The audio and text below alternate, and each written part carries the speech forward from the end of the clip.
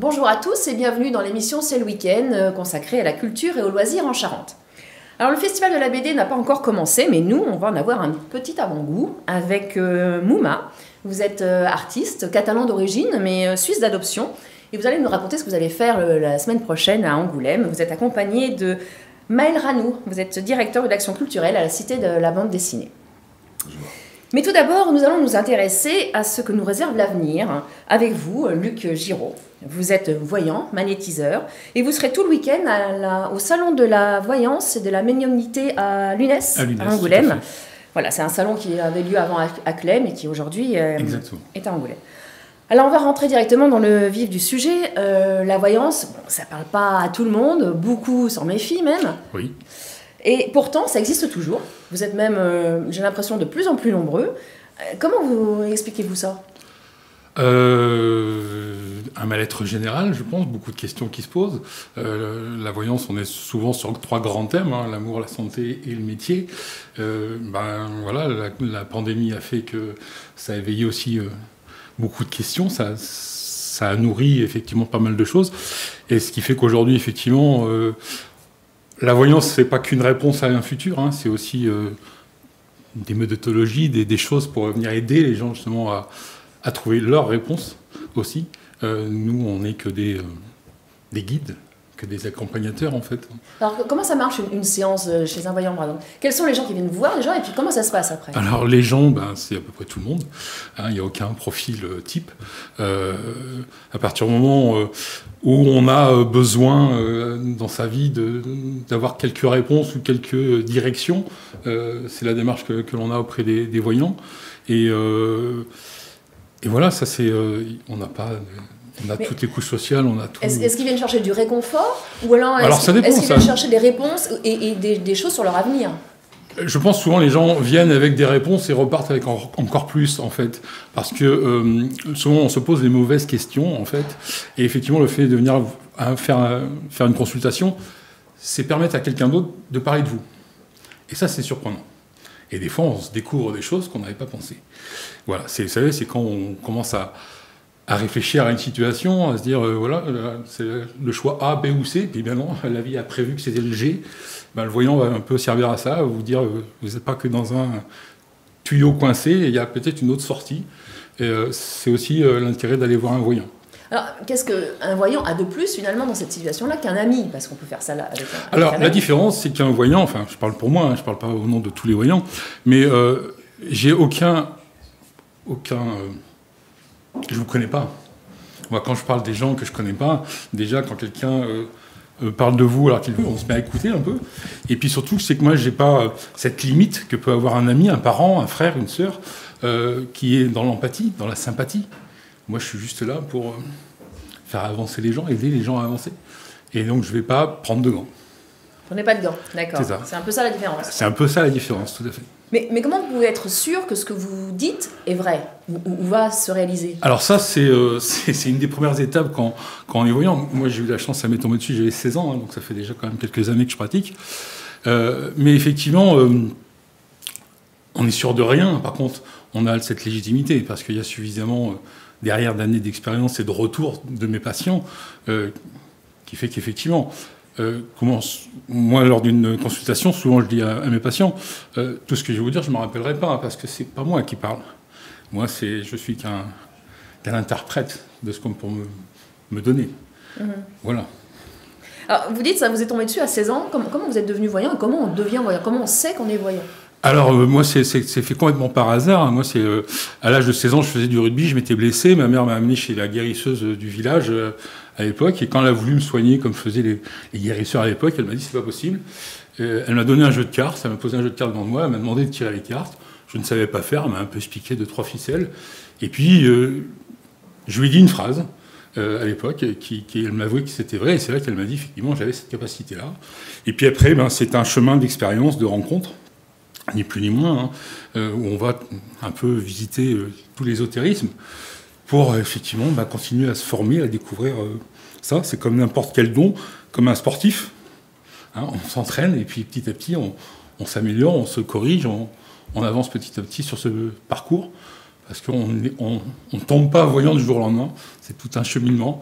Moi j'ai mis quand même quelques années, et encore, je remets en question souvent les choses pour essayer de m'améliorer et d'être encore peut-être plus précis ou plus juste. Parce que d'ailleurs, vous n'avez pas été voyant tout le temps, vous-même, vous n'avez pas été séduit tout le temps, vous avez eu d'autres vies. Oui, tout à fait. J'ai eu cette chance-là.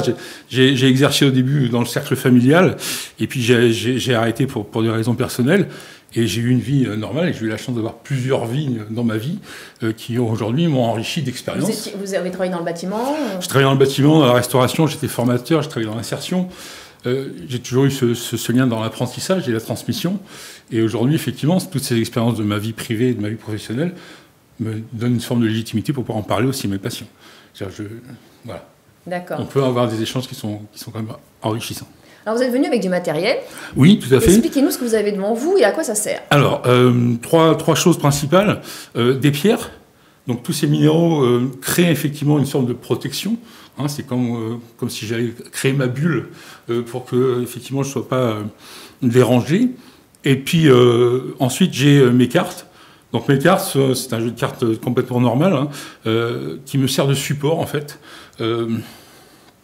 C'est pas les cartes qui me parlent, mais elles me servent de support. Et puis, c'est une façon aussi que le patient puisse voir aussi un visuel.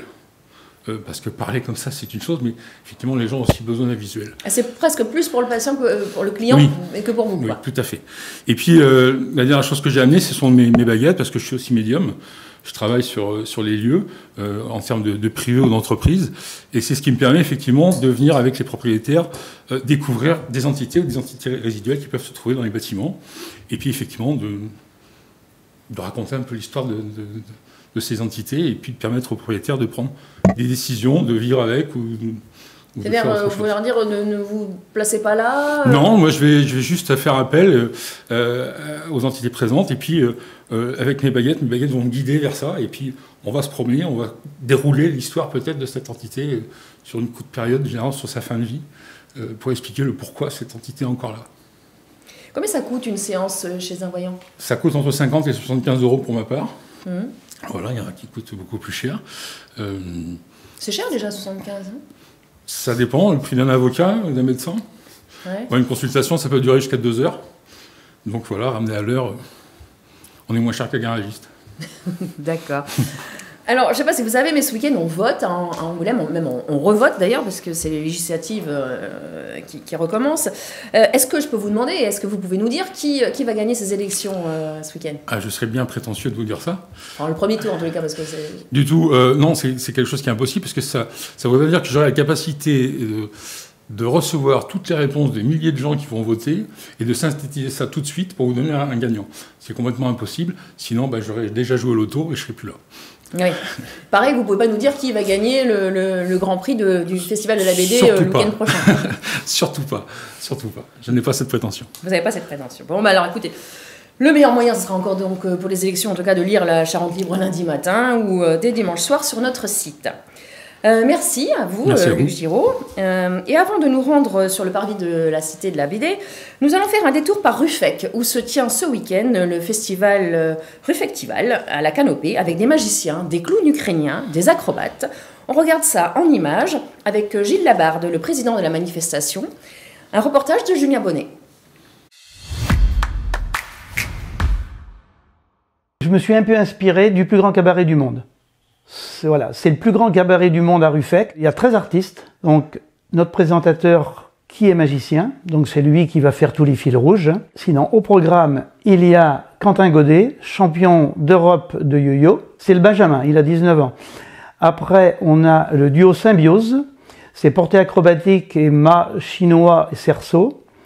Ils ont fait Cirque de Massy l'année dernière. Et en parlant du Cirque de Massy, eux l'ont fait l'année dernière. Mais les Bartiguaises qui vont venir aussi au bar parallèle vont le faire 15 jours après à Massy. C'est un numéro qui est unique parce que c'est eux qui l'ont monté.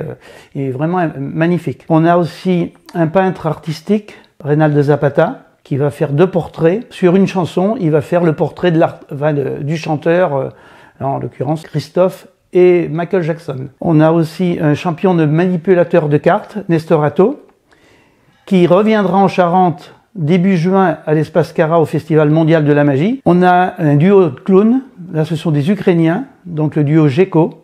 Et le dimanche, c'est une pièce de théâtre qui est écrite et mise en scène par Monassien Acolyte, le créateur du festival, Fred Légeron. On veut donner 2 heures de rêve aux gens. Parce que moi, quand ils sortent, ils ont la banane, moi, c'est... Voilà. Et c'est pour ça que vous faites le festival? Oui. Oui, oui, et je peux vous dire, bon, ça me tient à cœur. C'est beaucoup de travail, mais bon, quand les gens sortent, pour moi, c'est ma meilleure satisfaction.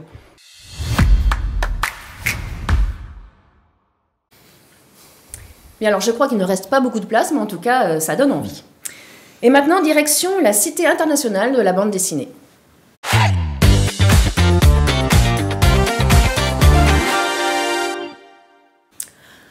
Alors Mouma, rebonjour.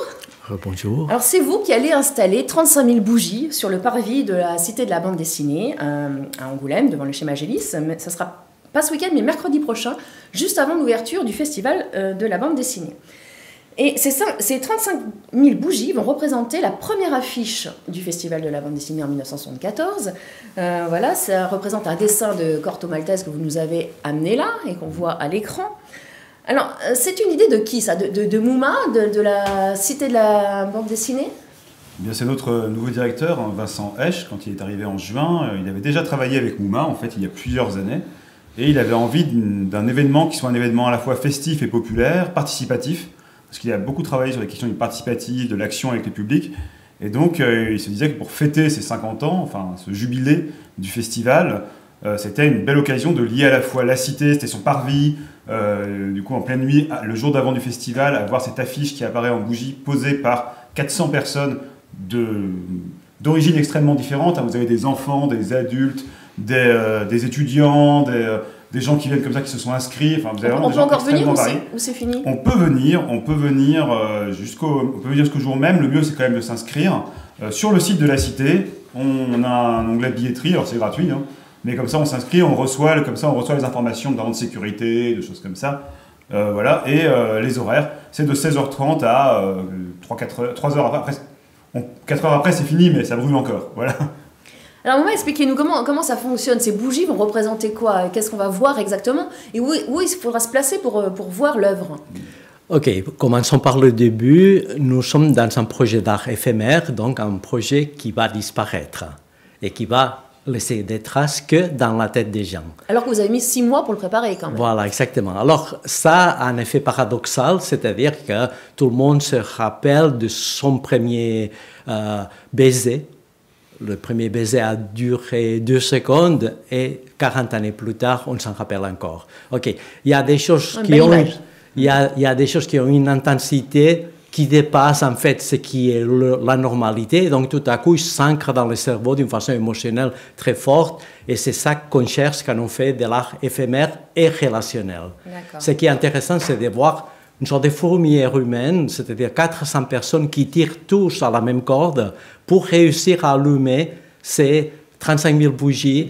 Et c'est très vertigineux de le voir fonctionner parce qu'on se dit comment ça se fait que tous ces gens-là, ils sont d'accord pour travailler à 4 pattes par terre, mettre les bougies. Et c'est vous qui avez orchestré tout ça? Voilà. Alors, disons, moi, je travaille avec les gens. C'est les gens qui vont, comme dans un orchestre, c'est les musiciens qui jouent et c'est le directeur qui dirige. Moi, je vais diriger ça. Mais c'est les gens qui vont allumer tout ça, et donc c'est leur œuvre et la mienne aussi, hein, les deux choses. Et ça, c'est très important parce que nous sommes dans un monde dans lequel cette notion de participatif, des fois, est un peu galvaudée. On l'utilise à toutes les sauces, mais ça, c'est une vraie participation. Les gens, ils sont un petit peu transformés par l'expérience parce que c'est une expérience réellement unique. Mais eux, ils verront rien parce que s'ils restent sur place. Première chose, eux, ils sont dans le feu. Dans le feu de l'action et dans le feu vraiment, hein, au milieu des bougies. Donc ça, c'est déjà une expérience assez enivrante. Deuxième chose, une fois ils ont allumé, ils peuvent monter sur un petit strapontin qu'il y a, une sorte de passerelle, et de là, on voit très bien l'image. Oui, Maël, où est-ce qu'il faudra se placer pour voir l'image? Alors, il y a différents endroits, mais pour la surplomber, quand vous arrivez de la passerelle qui va vers les chais Magélis, vous avez vous passez la statue de Corto d'ailleurs. Ouais. Vous arriverez devant Corto, qui sera vraiment dans l'angle de vue pensé par Mouma. Après, on peut aussi marcher autour, regarder, c'est ça qui est assez intéressant. Et comme disait Mouma, une fois qu'ils auront été dans le feu, ils peuvent s'en extraire. La construction dure environ 1h30, mais après, ça va rester brûlé plusieurs heures. Donc, ils pourront voir le fruit de leur travail, même si c'est vrai que quand l'heure bleue arrive, la fameuse heure bleue que Mouma aime beaucoup, c'est quand le soleil tombe, la nuit tombe, c'est là aussi que les bougies s'allument, et donc il y a un croisement qui est intéressant. Oui, donc c'est à 18 heures presque pile, pratiquement toutes les bougies sont allumées, le ciel est encore un peu bleu, et tout à coup, on voit que les bougies gagnent la bataille. Et ça, c'est quelque chose qui est comme vertigineux, parce que c'est pas quelque chose auquel on est attentif habituellement. C'est quelque chose qui, à moi, il me surprend chaque fois. Et donc, je l'attends comme ça. Vous attendez, c'est bon. Il faut être là à 18h, si j'ai bien compris. Il y aurait peut-être une chose que les auditeurs ils vont se poser comme question, d'où sort l'idée des bougies? Oui. Alors, je vous l'explique en 2 secondes. J'ai fait un voyage à vélo. Pendant 1 année et demie, je suis allé de Barcelone à Katmandou aller-retour. Et pendant ce voyage, j'ai connu un festival indien qui s'appelle le Diwali, dans lequel on allume des bougies partout. Et cette image m'a resté dans la tête pendant beaucoup d'années. Pendant 20 années, je n'ai rien fait. Et tout à coup, un jour, j'ai cherché une idée et je me suis dit, les bougies de là-bas. Okay? Donc, vous voyez que tout à coup, dans une vie d'artiste, il y a des liens qui se font mystérieusement et qui apparaissent quand il faut qu'ils apparaissent, un petit peu comme notre cher ami nous expliquait tout à l'heure. Et tout à coup, il y a des choses qu'un artiste ne maîtrise pas, mais qui arrivent au bon moment. Et c'est ça qui est le plaisir d'être artiste. Parce que c'est une technique très différente de la peinture ou de la sculpture que vous pratiquez aussi, d'ailleurs. Absolument, absolument. Mais là, je joue en fait avec le lien social, l'émotion des gens, la relation que les gens ils ont avec leur propre ville. Et c'est comme si moi j'entrais dans une maison qui n'est pas la mienne. Hein. Oui, mais techniquement, il faut aussi dessiner, savoir qu'il faut mettre telle bougie à tel endroit. Ça, il y a toute une logistique. Donc, on regarde à nouveau le dessin. Il est réparti en 12 tranches différentes. Chaque équipe a une tranche. Chaque équipe a le nombre de volontaires, le nombre de bougies calculées, etc. Donc, tout ça, c'est, on pourrait dire, une logistique de déménageurs presque. D'accord ? Gardez le dessin. Parce qu'en fait, pour expliquer aux spectateurs, les bougies seront là où c'est blanc. Exactement. Et en fait, on va remplir le blanc du papier avec de la lumière, une lumière vivante. C'est-à-dire ces petites bougies, ils vont vibrer avec chaque haleine de vent, chaque truc comme ça. Et donc, c'est... Et puis, une des choses qui est très importante aussi, c'est que nous sommes dans un projet fragile. Hier ou avant-hier, pour les spectateurs, il y a eu une tempête de neige ici à Angoulême.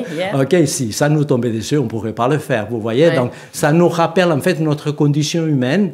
Nous sommes très petits, mais tous ensemble, souvent, on arrive à faire des choses extraordinaires. Enfin, ces bougies, je crois que vous m'avez dit, elles sont faites exprès quand même pour résister au vent. Elles ont une petite ouverture en haut, et même s'il y avait un peu de vent. Bon, la tempête, non, mais s'il y avait un peu de vent, ça résiste. Exactement. On arrive à résister jusqu'à des rafales de 40-45 km à l'heure. Okay. Et pour ce qui est du dessin, j'en profite pour dire...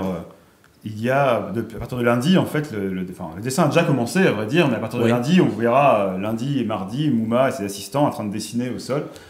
C'est pas, je dis pas qu'il faut venir à 400, mais en passant devant l'échelle, on peut voir ce travail aussi, ce work in progress. Bien sûr, c'est pas le cœur de l'œuvre, hein, mais ça peut intéresser des gens de voir aussi comment ça marche. Et je pense que s'il y a une question à ce moment-là, on pourra...